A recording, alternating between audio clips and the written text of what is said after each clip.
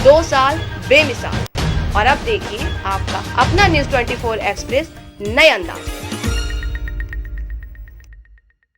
नमस्कार, आप देख रहे हैं न्यूज़ 24 एक्सप्रेस और मैं हूं नेहा परिहार आपके साथ। आइए रुक करते हैं आज के बुलेटिन की ओर।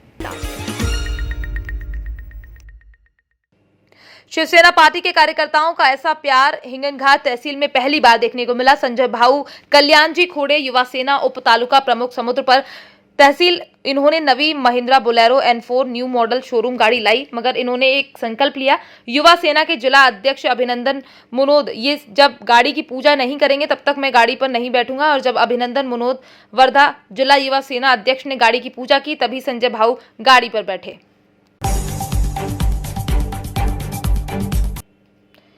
बीते दिन शामली में एक युवक का शव घर में मृत अवस्था में पड़ा मिला था। युवक के सर में भी चोट के निशान थे। इसे परिजनों को हत्या की आशंका लग रही थी, जिसे देखकर परिजनों में हड़कंप मच गया और आनंद फानन में एसपी सुकृति माधव मय पुलिस फोर्स के साथ मौके पर पहुंचे और मृतक के शव को कब्जे में लेकर पोस्टमार्टम के लिए भेज दिया है और आगे की जांच शुरू। कल थाना झिंझाना क्षेत्र में एक व्यक्ति का उनके घर में शव मिला था और मौके पर सारे अधिकारी और फॉरेंसिक टीम वगैरह वहां पर पहुंचकर आवश्यक जो भी कार्रवाई थी वो उनके द्वारा की गई थी। इस संबंध में थाना झिंझाना पर लूट और हत्या के धाराओं में मुकदमा दर्ज किया गया था, जो तहरीर घर वालों ने दी थी उसके आधार पर। उसी संबंध में आज विस्तृत जो भी फॉरेंसिक टीम्स के एनालिसिस और विभिन्न स्रोतों से जानकारी जब इकट्ठा की गई और पूछताछ में फिर यह बात सामने आई है कि जो मृतक की पत्नी है उनके द्वारा खुद ही रात में उनको धक्का दे दिया गया था, जिसकी वजह से उनकी डेथ हो गई। और उसके बाद वहाँ पर जो है घटनास्थल जानबूझकर ऐसा बनाया गया जिससे कि यह दिखे कि वहाँ पर लूट की कोई घटना करने की कोशिश की गई है। और ये सारी बातें पूछताछ में जो मृतक हैं उनकी पत्नी ने स्वीकार भी कर लिया है और फॉरेंसिक के जो एविडेंसेस हैं उससे भी यह बात स्पष्ट होती है। इस संबंध में मृतक की पत्नी को थाना झिंझाना पुलिस द्वारा गिरफ्तार किया गया और अन्य आवश्यक कार्रवाई की जा रही है।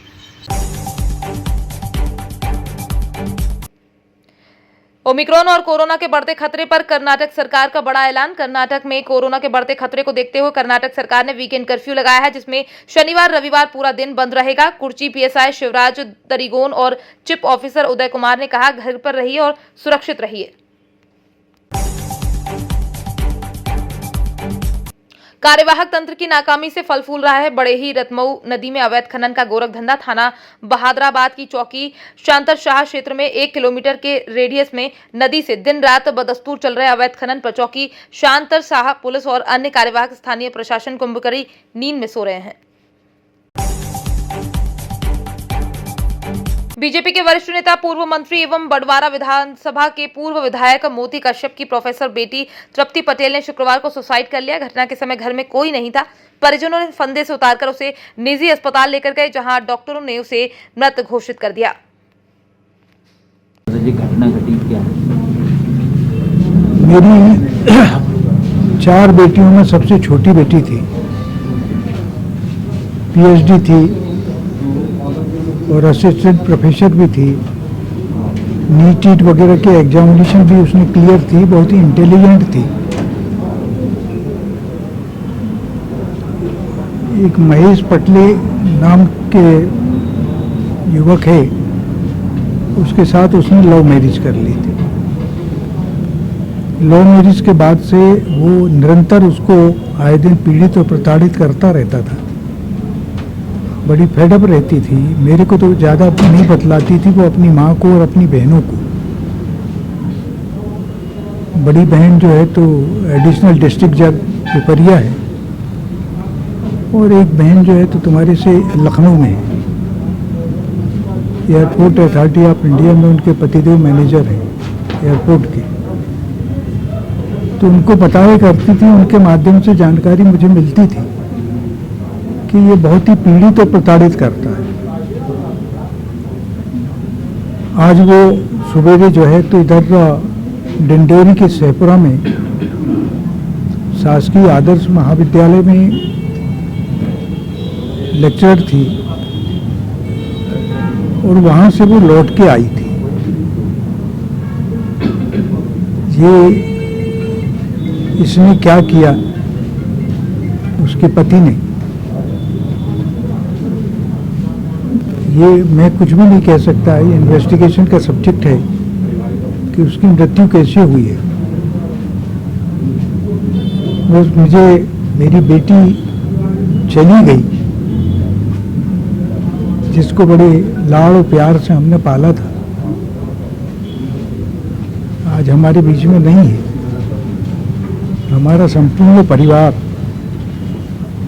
उसकी बड़ी बहनें, उसके भाई, हमारे कुटुंब के उसके भाई और मेरे भाई, पूरा परिवार जो है तो हम लोग शोकग्रस्त हैं।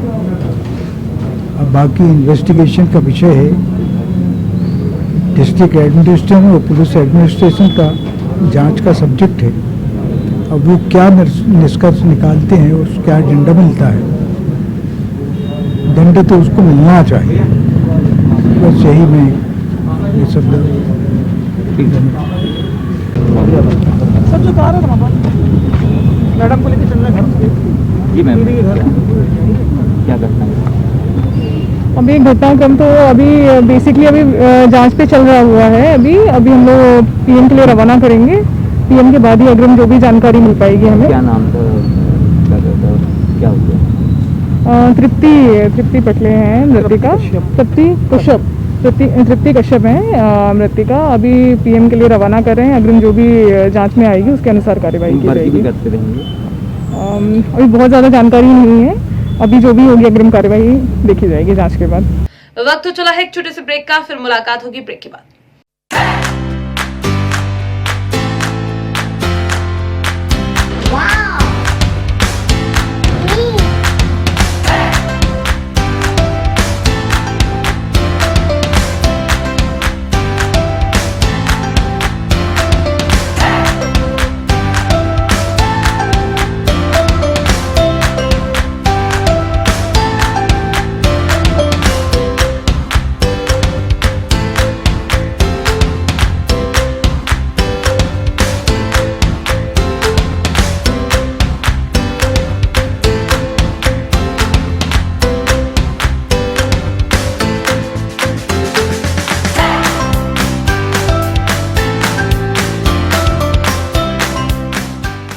ब्रेक के बाद एक बार फिर आप सभी का स्वागत है। आइए बढ़ते हैं अगली खबर की ओर। बुलंदशहर बिग ब्रेकिंग, इस वक्त की बड़ी खबर बुलंदशहर से आ रही है। शिकारपुर क्षेत्र में जिलाधिकारी के स्कूल बंद होने के आदेश के बाद भी बुलंदशहर में लगातार एक के बाद एक स्कूल खुलते नजर आ रहे हैं। स्कूल मालिक जिला अधिकारी के आदेशों की धज्जियां उड़ा रहे हैं। आखिर बेसिक शिक्षा अधिकारी क्यों मौन है? न्यूज़ 24 एक्सप्रेस से मनोज कुमार गोस्वामी, विरोची बुलंदशहर से।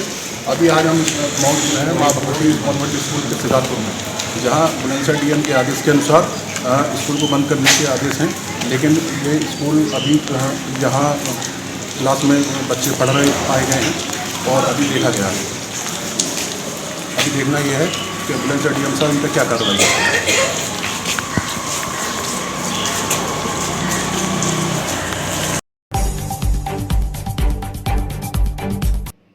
सीधे लिए चलते हैं आपको जावरा के गांव मांडवी में, जहां पर आज सुबह 5 बजे जावरा सीतामऊ रोड किनारे मोड़ पर गौवंश भरा हुआ पिकअप पलट गया। इसमें क्रूरतापूर्वक गौवंश भरा हुआ था, जिसकी सूचना गांव वालों ने पुलिस को दी। मौके पर असावती चौकी पुलिस पहुंची। पिकअप में 3 लोग सवार थे, 1 महिला 2 पुरुष।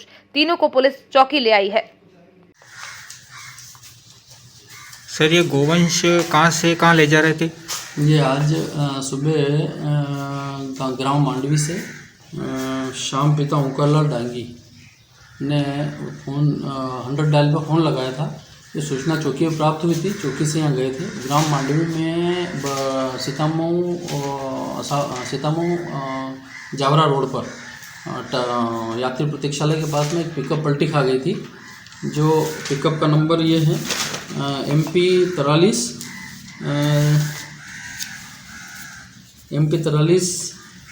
42G 2574।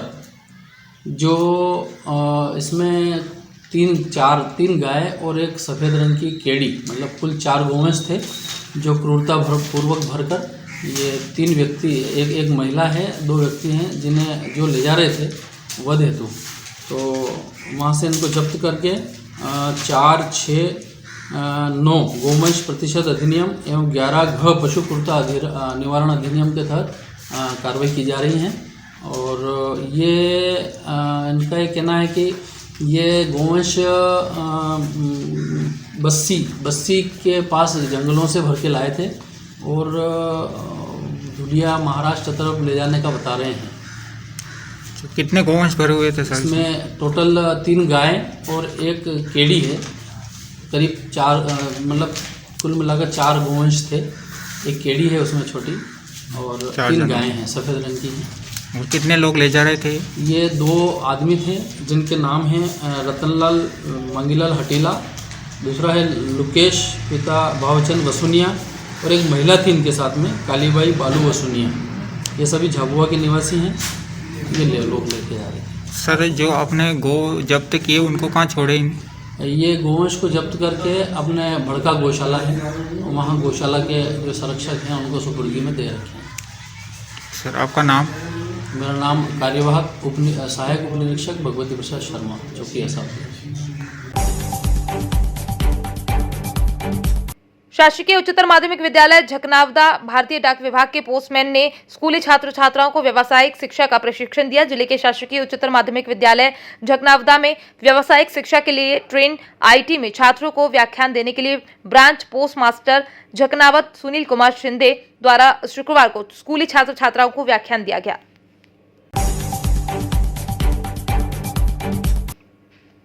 झकनावदा एवं आसपास के क्षेत्र में शुक्रवार शाम तेज हवा एवं ओलावृष्टि से गेहूं की फसल बर्बाद हो गई, जिसके कारण किसानों को चिंता सताने लगी है।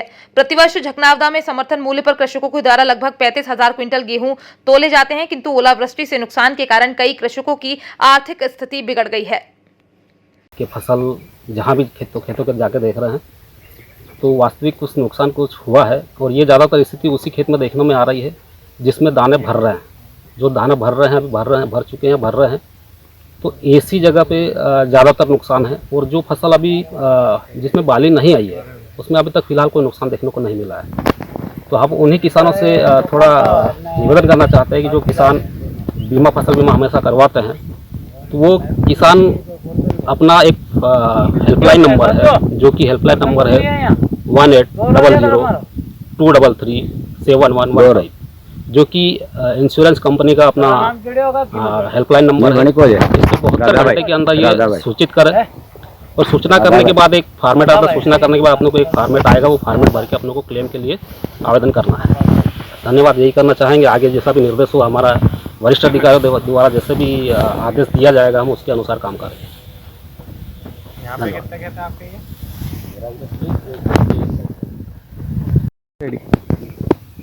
जैसा कि आप लोगों को पता है कि कल रात ओलावृष्टि और बहुत तेज़ हवा चली थी, जिसके कारण से कृषकों की ग्राम झकनावदा में कृषकों के गेहूं बहुत नुकसान हुआ है। उसी नुकसान को देखने के लिए मैं और मेरे साथ ग्राम सेवक ग्राम झकनावदा के हम मिलकर एक सर्वे कर रहे हैं और यही नुकसान का आंकड़ा तैयार किया जाएगा और वरिष्ठ अधिकारियों को। हाँ। ये कितने बीघा में थी? ये 12 बीघा में। 12 बीघा में आपने गेहूं बोए थे? हाँ। जो कि नष्ट हो गए। इसके लिए फसल बीमा वगैरह मिलता है? हाँ, मिला ही नहीं अभी तक कोई बीमा। फसल बीमा भरते हैं हर साल, दोनों फसल का भरते हैं। सोयाबीन का भरा था, वो भी नहीं मिला अभी तक, उसका भी मैंने कर रखा है। सोयाबीन की फसल भी अतिवृष्टि के कारण वो भी नष्ट हो गई। हाथियों के डर से अपने घरों को छोड़कर छात्रावास में रहने वाले ग्रामीणों को नहीं मिल रहा वन विभाग से उचित सुविधा। छत्तीसगढ़ के सीमावर्ती क्षेत्र रामानुजगंज में झारखंड से आए हुए 12 हाथियों के दल ने पिछले 10 दिनों में जमकर उत्पात मचाया है। हाथियों के डर से इलाके में दहशत का माहौल निर्मित हो गया है। ग्रामीणों को छात्रावास और पंचायत भवन में शिफ्ट कराया गया है। अभी ग्रामीण लोगों को जो हाथी का आशंका बनी है उसमें ग्रामीण जनता छात्रावास पे आते हैं और हमारे फॉरेस्ट विभाग से या पंचायत विभाग से खाने का चावल दाल जो भी मिलता है। हालांकि ग्रामीण जनता जो खा करके यहाँ पे आती है, सोने आती है और सोने के साथ यहाँ पे मैं देख रहा हूँ हॉस्टल में सीमित मात्रा में कंबल का व्यवस्था है। तो घर से घर कंबल राय जजाई जो भी हो सालों लेकर के आते हैं, सोते हैं। जो भी है मान लीजिए हमारे अंडर में हमारे कंबल उसी को लेकर क्या के सोते हैं। ऐसा कोई मतलब व्यवस्था तो मेरे ख्याल से नहीं है, किसी पब्लिक को कम्बल उम्बल या टेंट फिर का कोई व्यवस्था तो अलग से मेरे ख्याल से नहीं मिला है ऐसा।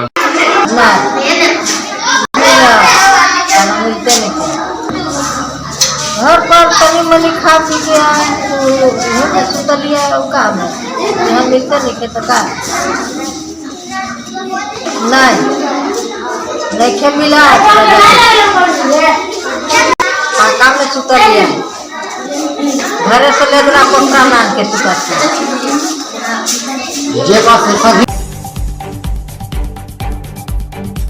चुनावी मौसम में यूपी के कई क्षेत्रों में छापेमारी का दौर जारी है। कानपुर और कन्नौज के बाद अब वाराणसी में सीजीएसटी की टीम ने शुक्रवार देर रात को एक गुटखा कारोबारी के यहां छापामार कार्रवाई की। इस गुटखा कारोबारी का नाम लक्ष्मीकांत पांडे उर्फ पम्मी पांडे बताया गया। जांच एजेंसी को खबर मिली थी कि ये कारोबारी लाखों की चोरी कर रहे थे। ऐसे में एक टीम बनाई गई और देर रात उनके कारखानों पर छापा मारा गया। आज के बुलेटिन में फिलहाल इतना ही। बने रहिए न्यूज़ 24 एक्सप्रेस के साथ। नमस्कार।